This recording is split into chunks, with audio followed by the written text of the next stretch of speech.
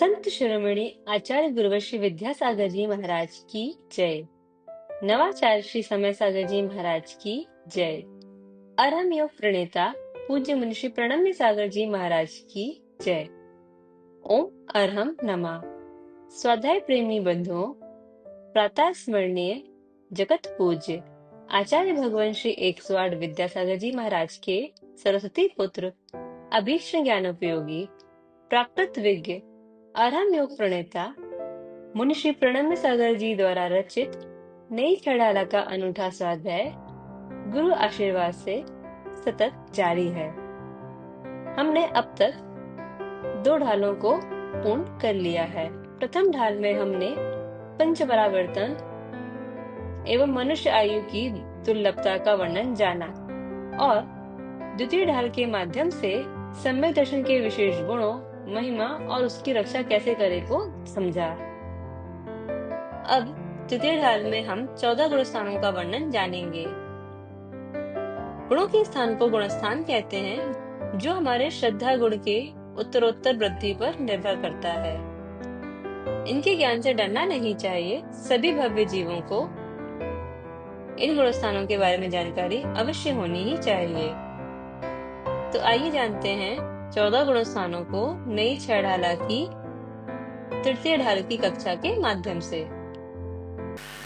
ओम नमः सिद्धेभ्यः। ओम नमः सिद्धेभ्यः।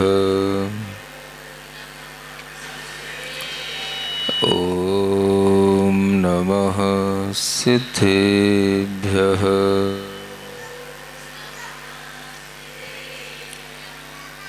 तीन लोक में 4 हैं, मंगल शरण व श्रेष्ठ, अरहत सिद्ध व साधुगण, धर्म जैन जग ज्येष्ठ, तीर्थंकर जिन देव की, जिन वाणी को ध्याय, सार्वधर्म संक्षेप से, कहूँ चित्त हुलसाय। देवादिदेव आदिम तीर्थंकर श्री ऋषभनाथ भगवान की, वर्तमान शासन नायक श्री वर्धमान महावीर भगवान की, परम पूज्य आचार्य गुरुवर श्री विद्यासागर जी महाराज की। 12 व्रतों को ग्रहण करता हूँ और मैं किसी भी जीव की ना हिंसा करूँगा, ना किसी भी तरह से अपने मन वचन काय से कोई भी 5 पापों में प्रवृत्ति करूँगा। और इस तरह का उपदेश 2 मुनि महाराज ने एक सिंहराज को दे दिया। और उस सिंहराज के मन में क्या आ गया? ये विचार आ गया, जो आप कह रहे हैं वह मुझे 100% स्वीकार है। मेरे मन में आपके दिए हुए ज्ञान के प्रति कोई संशय नहीं। और वह इस बात को सुनकर के उनके चरणों में बैठकर के बार बार अपना सिर भी झुकाता है और आंखों में आंसू भी लाता है और इस बात की स्वीकृति देता है कि आप जो कह रहे हैं वो बिल्कुल हमारे हृदय में उतर रहा है। और मैं आज से हिंसा का त्याग करता हूं, चाहे मुझे मर जाना पड़े, प्राण छूट जाएं, लेकिन मैं किसी का वध करके अपना पेट नहीं भरूंगा। एक सिंहराज के लिए कितनी बड़ी चीज होती है ये। उसने मुनि महाराज की बात को सुनकर के तत्काल में उसी समय पर देश व्रतों को धारण कर लिया। एक तरह से आपकी भाषा में कहें कि जो आप 2 प्रतिमा का व्रत पालन करते हैं, वो 2 प्रतिमा के व्रत प्रतिमा उसने ले ली, बिना ये सोचे समझे कि मुझे कौन शुद्धि का भोजन खिलाएगा और कहाँ मुझे शुद्ध पानी मिलेगा। लेकिन उसके ज्ञान में सब आ गया कि मुझे शुद्ध ही भोजन करना है, शुद्ध ही पानी मिलना है, चाहे मुझे कैसे भी मिले, चाहे मैं सूखे पत्तों को खा करके जी लूँगा, लेकिन मैं कभी भी अब हिंसा नहीं करूँगा। और मुनि महाराज ने जो भी मुझे व्रत बताए हैं, 5 अड़ु व्रत हैं, सात शील व्रत हैं, इन सबका मैं पालन करूंगा और समता भाव के साथ रहते हुए सामायिक भी करूंगा, उपवास भी कर लूंगा, सब करूंगा। मैं महाराज की बात को 100% एक अक्षर से मानूंगा। सुनते हो क्या हो गया? उसका गुणस्थान कौन सा था? जब वह हिंसा कर रहा था, जब वह भ्रमण कर रहा था, अनादि काल से इस तरह से अज्ञान में चल रहा था, तब उसका गुणस्थान कौन सा था? पहला था। मुनि महाराज ने उपदेश दिया, उसने स्वीकार कर लिया, श्रद्धा उसकी मुनि महाराज के द्वारा दिए गए ज्ञान पर भी आ गई, मुनि महाराज पर भी आ गई, व्रतों पर भी आ गई, और वह देश संयत बन गया, 5वें गुणस्थान वाला बन गया। यह उसका डायरेक्ट पहले से 5वां गुणस्थान हो गया। मुनि महाराज उसको उपदेश दे करके चले गए, और जो कुछ उसने सुना उसने आत्मसात कर लिया और जीवन के अंत तक उसको निभाया, और वहीं से उसकी गति जो सुधरना शुरू हुई, तो वह देव बना, देव बन करके फिर मनुष्य और देव बन करके वही सिंहराज अंतिम तीर्थंकर भगवान महावीर स्वामी का वह जीव बढ़ते बढ़ते तीर्थंकर बन जाता है। सुन रहे हो? पहले सम्यक दर्शन कर लो, पहले सम्यक दर्शन की प्राप्ति कर लो। बिना सम्यक दर्शन के व्रत तप सब मिथ्या होते हैं, ऐसा समय सार में लिखा है। लिखा तो है, पढ़ा हमने भी है, पढ़ा तुमने भी है, लेकिन तुमने पढ़ा है ना? पढ़ा है और यहां जो गुरु महाराज के माध्यम से पढ़ाया जाता है वह पढ़ा बढ़ा होता है। एक पढ़ा होता है। नहीं समझ में आया? पढ़ा जानते हो? पढ़ा तो एक जो पढ़ा है वो पढ़ा है, पाड़ा भी बोलते हैं उसको, पढ़ा रहता है जो हमेशा। तो एक पढ़ करके पढ़ा होकर के पढ़ा है, और एक पढ़ा होकर के बढ़ा है। तो जो गुरु महाराज के उपदेशों से आगे पढ़ता है और पढ़ करके बढ़ता है, उसी के गुणस्थानों की वृद्धि होती है। केवल पढ़ते पढ़ते गुणस्थानों की वृद्धि नहीं होती। आज घर में बैठ करके सम्यक दर्शन की प्राप्ति की जो चर्चाएं की जाती हैं वह सीमित हो गई हैं। ये आचार्य महाराज के अंदर एक बहुत बड़ी पीड़ा रहती थी, और वो अक्सर विद्वानों से कहा करते थे कि आप लोगों ने क्या धारणा बना रखी है कि पहले से चौथा गुणस्थान होता है। पिछली ढाल पढ़ो, वो 6 डाला, तो सम्यक दृष्टि होए बहुरी दृढ़ चारित्र लीजिए। पहले सम्यक दृष्टि हो जाए फिर चारित्र लेना, ऐसा लिखा है ना। तो लोग वही पढ़ पढ़ करके बस धारणा बना लिए, पहले सम्यक दृष्टि हो ले फिर चारित्र लेना, बहुरी। नहीं समझ में आया? तो ये जो ज्ञान घुट्टी में पिलाया जा रहा है, इसी ज्ञान के कारण से व्यक्ति अपने गुणस्थान को बढ़ा नहीं पा रहा। और जो शास्त्रों में कहा है कि तू इतना बड़ा सिंह है कि तुझे जरूरत नहीं है कि पहले से चौथे गुणस्थान को प्राप्त हो, तू तो सिंह वृत्ति को धारण करने वाला महामुनि बनकर के पहले से डायरेक्ट 7वां गुणस्थान प्राप्त कर सकता है। इतनी बड़ी चीज हमें शास्त्रों में दी है, और हम वही पढ़ते रहते हैं। सम्यक दृष्टि होए बहुड़ी, तो पहले सम्यक दृष्टि होए तब दृढ़ चारित्र लीजिए, तब चारित्र लेना है। तो सबके ज्ञान में ये बैठ गया है, वो 6 डाला पढ़ पढ़ करके। समझ आ रहा है? तब आचार्य महाराज का ये जो ज्ञान में सुनता रहता था, उनकी भावना को मैं पकड़ता रहता था कि वो क्या कहना चाह रहे हैं। कहेंगे तो कभी 1 बार कहेंगे, 2 बार कहेंगे, 4 बार कहेंगे उनने अपने जीवन में, लेकिन जो जो बातें कहीं और जो समझ में आई कि ये बातें बहुत बड़ा एक अंतर बना रही हैं, वह आचार्य महाराज की बातों को भी ध्यान में रखते हुए यथा समय जहां उचित समझ में आया, इन सिद्धांत की बातों को भी इस 6 ढाला में पिरोया गया है। समझ में आ रहा है ना? हाँ। तो आचार्य महाराज ने अपने मन से नहीं कहा, ये बात सिद्धांत में लब्धि सार आदि ग्रंथों में भी स्पष्ट रूप से लिखी हुई है। पहले से चौथा गुण स्थान भी होता है, पहले से पांचवा भी होता है और पहले से सातवां भी होता है। तो हम क्रम से ही क्यों चलना चाहते हैं? सबने सोच रखा है क्रम से चलो, इसलिए यहां क्या लिखा है? क्रम ना तय। इसलिए क्रम नहीं है। भव्य जीव कोई भी एक गुण स्थान पहले से चौथा भी प्राप्त कर सकता है, तो पहले से पांचवा भी कर सकता है, पहले से सातवां भी कर सकता है। ये क्रम नहीं है जो आपने अपने दिमाग में बिठा रखा है, पहले सम्यक दृष्टि होए बहुरी फिर चारित्र लीजिए। ये क्या मतलब होता है?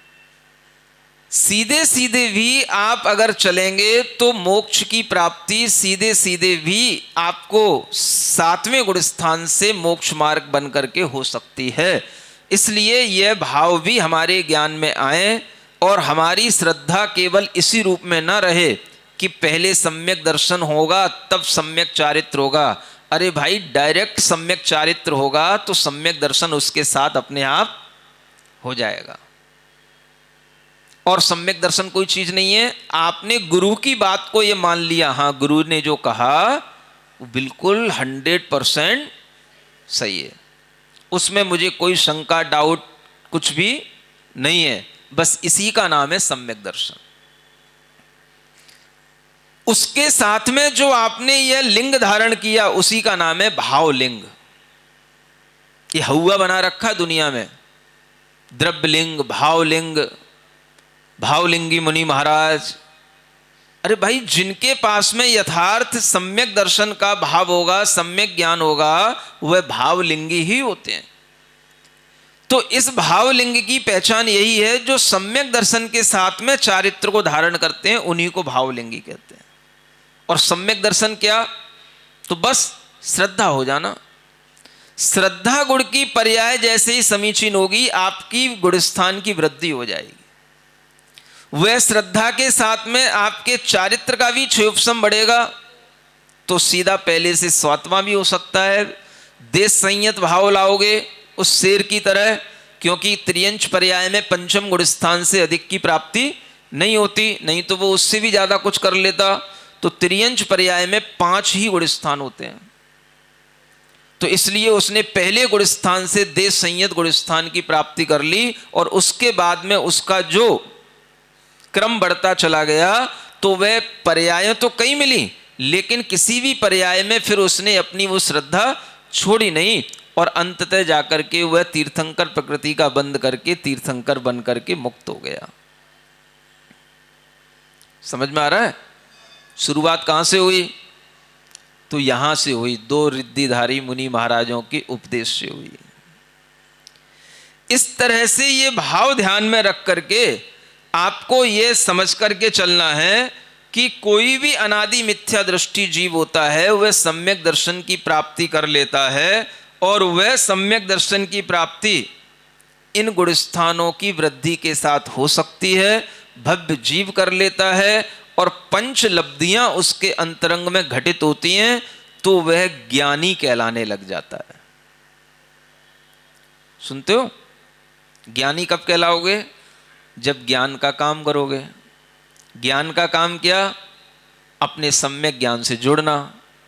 तो जब आपके अंदर इतना ज्ञान आ गया कि मुझे सम्यक्त की प्राप्ति करनी है, मैं विशुद्धि आदि लब्धियों को प्राप्त करके 5 लब्धियों से मैं अपने अंतरंग को गुणस्थानों की वृद्धि से उठाऊंगा, तो इसी का नाम ज्ञानी है। समझ आ रहा है? तो जब सम्यक दर्शन होता है तो उसके लिए अंतरंग की एक सामग्री और होती है, 5 लब्धियां। कौन कौन सी 5 लब्धियां होती हैं? एक होती है क्षयोपशम लब्धि, सबसे पहली। दूसरी होती है विशुद्धि लब्धि। तीसरी होती है देशना लब्धि। चौथी होती है प्रायोग्य लब्धि। और 5वीं होती है करण लब्धि। समझ में आता है? ये 5 लब्धियां ये अंतरंग में घटित होने लग जाती हैं। इनका विस्तार कभी आपको अन्य ग्रंथों से या समय मिलेगा तो कभी बताने की कोशिश करूंगा। ये क्षयोपशम, विशुद्धि, देशना और प्रायोग्य होने के बाद में करण लब्धि में जब जीव पहुंच जाता है, तब उसकी भव्यता का वह अंतिम उसे एक कहना चाहिए पुरस्कार मिल जाता है भव्य होने का। क्योंकि इन 5 लब्धियों में 4 लब्धियां तो अभव्य जीव भी प्राप्त कर सकते हैं, क्षयोपशम, विशुद्धि, देशना और प्रायोग्य लब्धि, लेकिन करण लब्धि सिर्फ भव्य जीव को ही प्राप्त होती है। उन करण लब्धियों में ही वह अधः करण, अपूर्व करण और अंतःकरण के परिणाम होते हैं, और उन्हीं परिणामों से इस जीव के अंदर मिथ्यात्व का अभाव होते होते उसे सम्यक्त्व की प्राप्ति होती है। तो जब यह जीव सम्यक दर्शन को प्राप्त करता है तो सबसे पहले उसका सम्यक दर्शन जो होता है उसे उपशम सम्यक दर्शन कहते हैं। क्या बोलते हैं? उपशम। उपशम का मतलब पहले उन कर्मों को वह दबाएगा जिन कर्मों के कारण से इसके अंदर मिथ्यात्व की परिणति थी, श्रद्धा गुण का विपरीत परिणमन था। तो उन कर्मों को दबाने के लिए ये विशुद्धियां बढ़ते बढ़ते 5 लब्धियों के माध्यम से जब आगे बढ़ती हैं, तब अंत में जाकर के करण लब्धि के परिणामों से यह जीव उस मिथ्यात्व को, अनंतानुबंधी कषायों को पूर्णतया अंतर मुहूर्त के लिए दबा करके रख लेता है, एक अंतर मुहूर्त के लिए शांत कर लेता है, और उस शांति के साथ में जो आत्मा का परिणाम ऊपर उभर करके आ जाता है उसी का नाम सम्यक दर्शन कहलाता है। समझे ना? जैसे गंदला पानी हो और उस गंदले पानी में कुछ आपने फिटकरी डाल दी तो वो अंदर जो है मिट्टी दब गई, शांत हो गई, तो ऊपर पानी सफेद सफेद निर्मलता के साथ दिखाई देने लगा, वो ऊपर उतराने लगा। इसी तरीके से जब तक हमारी आत्मा के परिणाम मिथ्यात्व कर्म से और अनंतानुबंधी कसायों से मलिन रहते हैं तब तक तो पहला गुण स्थान।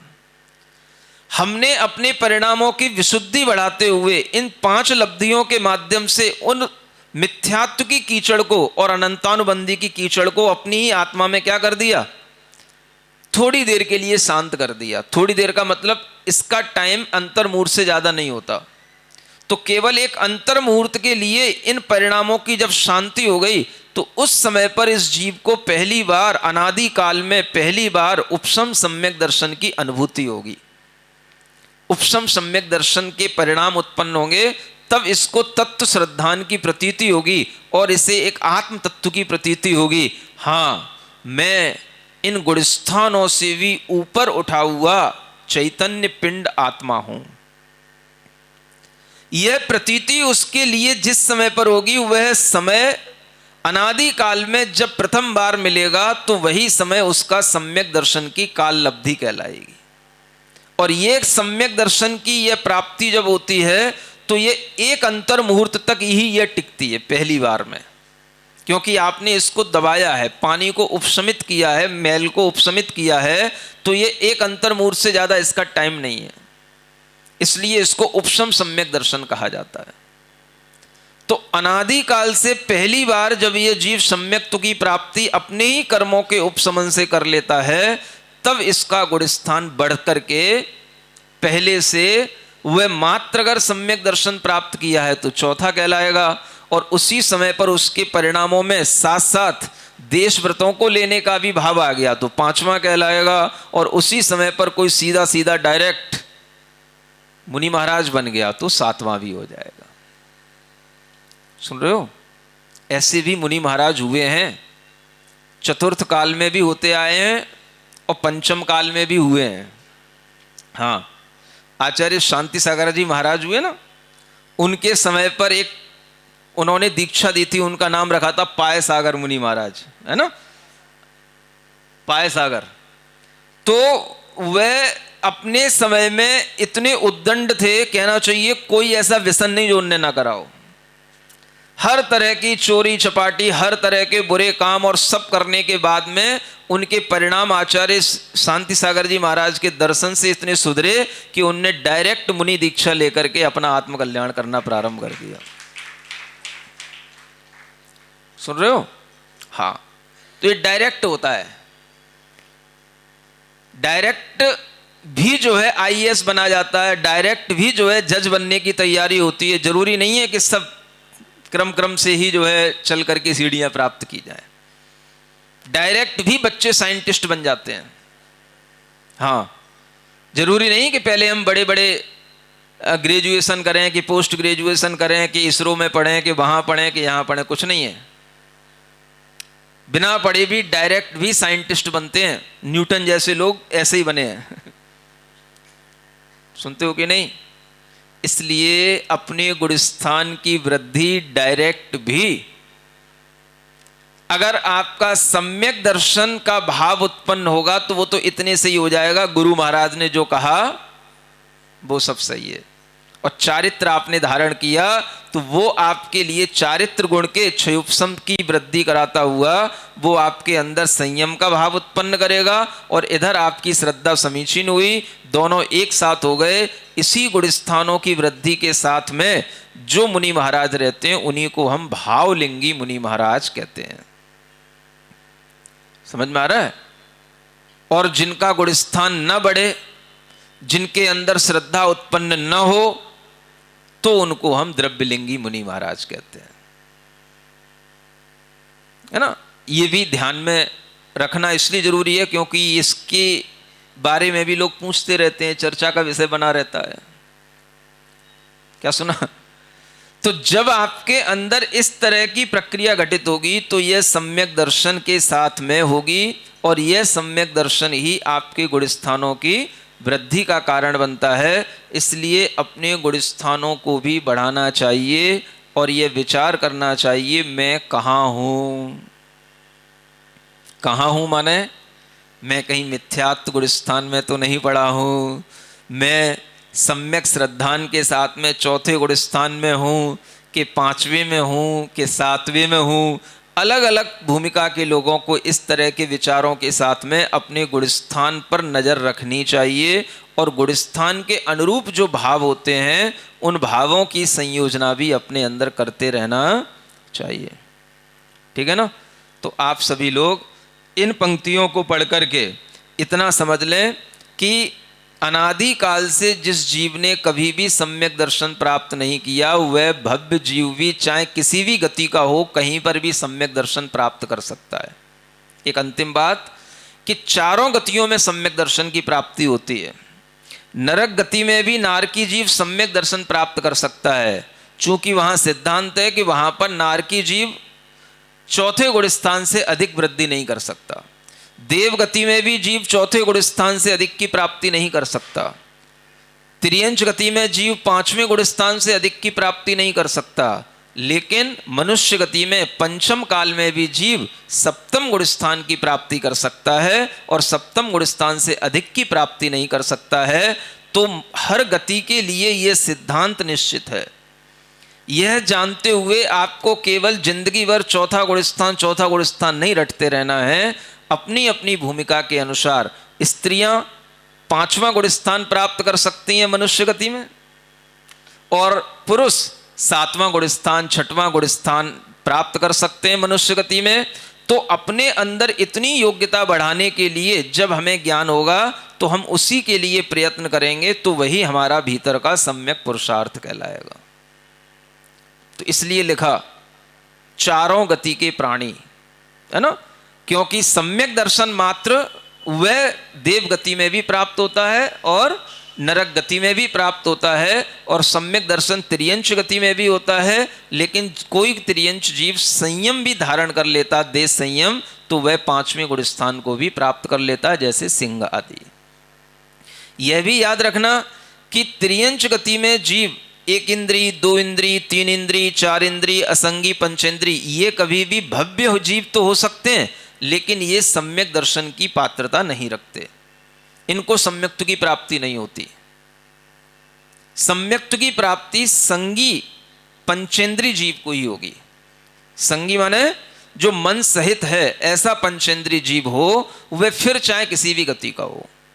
तो नारकी जीव भी संगी पंचेंद्री होता है, देव भी संगी पंचेंद्री होते हैं, मनुष्य तो संगी पंचेंद्री होता ही है। और त्रियंचों में जो संगी पंचेंद्री होंगे, जैसे सिंह, हाथी आदि, तो ये भी जो है उपदेश आदि को सुनकर के सम्यक्त्व की प्राप्ति कर लेते हैं। इस तरह से सम्यक्त्व की प्राप्ति चारों गति में होती है, कोई भी प्राणी कर सकता है, लेकिन उससे पहले वह अपने अंदर इसी तरह से 5 लब्धियों की विशुद्धियों को प्राप्त करते करते इन करण परिणामों तक जब पहुंचेगा, तब उसे सम्यक दर्शन की प्राप्ति होगी। और अनादि सम्मिथ्या दृष्टि कोई भी जीव होगा तो पहली बार उसे उपशम सम्यक तो ही प्राप्त होगा। अन्य जो 2 प्रकार के सम्यक दर्शन है, क्षयोपशम और छायक, उनकी प्रक्रिया आगे बताई जाएगी। लेकिन पहली बार अनादि मिथ्या दृष्टि जो सम्यक दर्शन प्राप्त करता है उसको कहते हैं उपशम सम्यक दर्शन, और उस जीव को कहेंगे उपशम सम्यक दृष्टि जीव। इसी को कहते हैं प्रथमोपशम सम्यक दर्शन। प्रथम बार उसे उपशम सम्यक्त्व की प्राप्ति जब होती है तो इसलिए इसका एक नाम क्या आता है, प्रथमोपशम सम्यक दर्शन। इतना ज्ञान रखने के साथ में अपनी श्रद्धा बढ़ाइए और अपने अंदर झांकिए कि मैं कौन हूं, साथ साथ में ये भी देखिए मैं कहाँ हूं। सुन रहे हो? ये तो सब जानना चाहते हैं मैं कौन हूं, मैं कौन हूं, लेकिन ये भी देखिए कि मैं कहाँ हूं, कौन से गुण स्थान को बिलोंग कर रहा हूं। तो ये जब आपके अंतरंग में आएगा तब आपके लिए उन गुण स्थानों के विश्वास के साथ कर्मों की क्षयोपशम दशा भी बढ़ेगी और कर्मों का जो मिथ्यात्वादि का जो आवरण है वो भी हटेगा। इस तरह से सम्यक्त्व की प्राप्ति के साथ गुण स्थानों की वृद्धि सभी भव्य जीव करें। ओम अरहम। सिरिजिणवाणी जग कल्याणी जग जन मदतम मोहरी जणमण हारी गढ़हर हारी जम जरा भव रोग हरी तिथ्य राणम दिव्य झुणिम जो पड़ई सुणई मय्ये धारई राणम सौख मणंतम धरिय सासद मोक्ष पदम पावई सासद मोक्ष पदम पावई। नई चढ़ाला आज का सवाल प्रतियोगिता में आप सभी का स्वागत है। आज का सवाल है, किस गति का जीव पंचम काल में भी 7वें गुण स्थान तक जा सकता है? नरक गति, तिर्यंच गति, मनुष्य गति या देव गति? कल के सवाल का सही उत्तर है 7वां। आप अपना जवाब हमें कल शाम 5 बजे तक भेजें। 3 भाग्यशाली विजेताओं को मिलेंगे आकर्षक उपहार। अपना जवाब भेजने के लिए लिंक पर जाएं या QR कोड स्कैन करें। ओम अरहम नमः।